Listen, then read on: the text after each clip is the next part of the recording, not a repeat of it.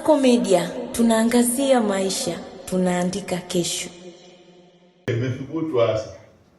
Tulipokuwa tunakuja, mtu mmoja akanipa simu yake nisikilize hotuba ya mtu mmoja, wala sasa kumtaja. Akawa anasema CCM ni chama kinaendeshwa na serikali. Sasa ningemwalika aje hapa aone tumejenga hapa, tuambie kasma namba ngapi ya bunge imeleta pesa hii. Ujinga. Unajua ukikosa la kusema na huku mdomo unao, unaweza ukaulazimisha useme chochote. Maana usiposema chochote mdomo utakosa kazi. Utakuwa unakula tu bila kusema, na mdomo una kazi mbili tu, kula na kusema. Kwa hiyo kazi hii inaonyesha chama kipo. Na ingawa kuna watu ambao mnawaita wadau, lakini wadau hawa ni wanachama wa chama cha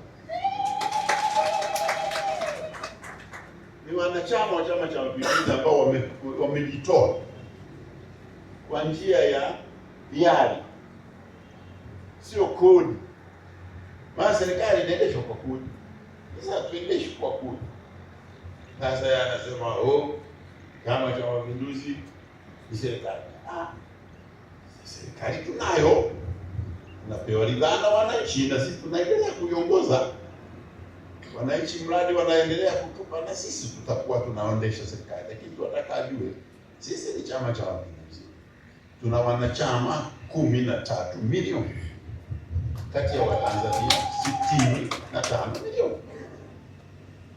Hatuwezi kuwa serikali. Tulikuwa serikali, Watanzania wote walikuwa wanachama wetu. Lakini sisi ni chama cha siasa, tuna wanachama 13 milioni, ndio wanaokiendesha.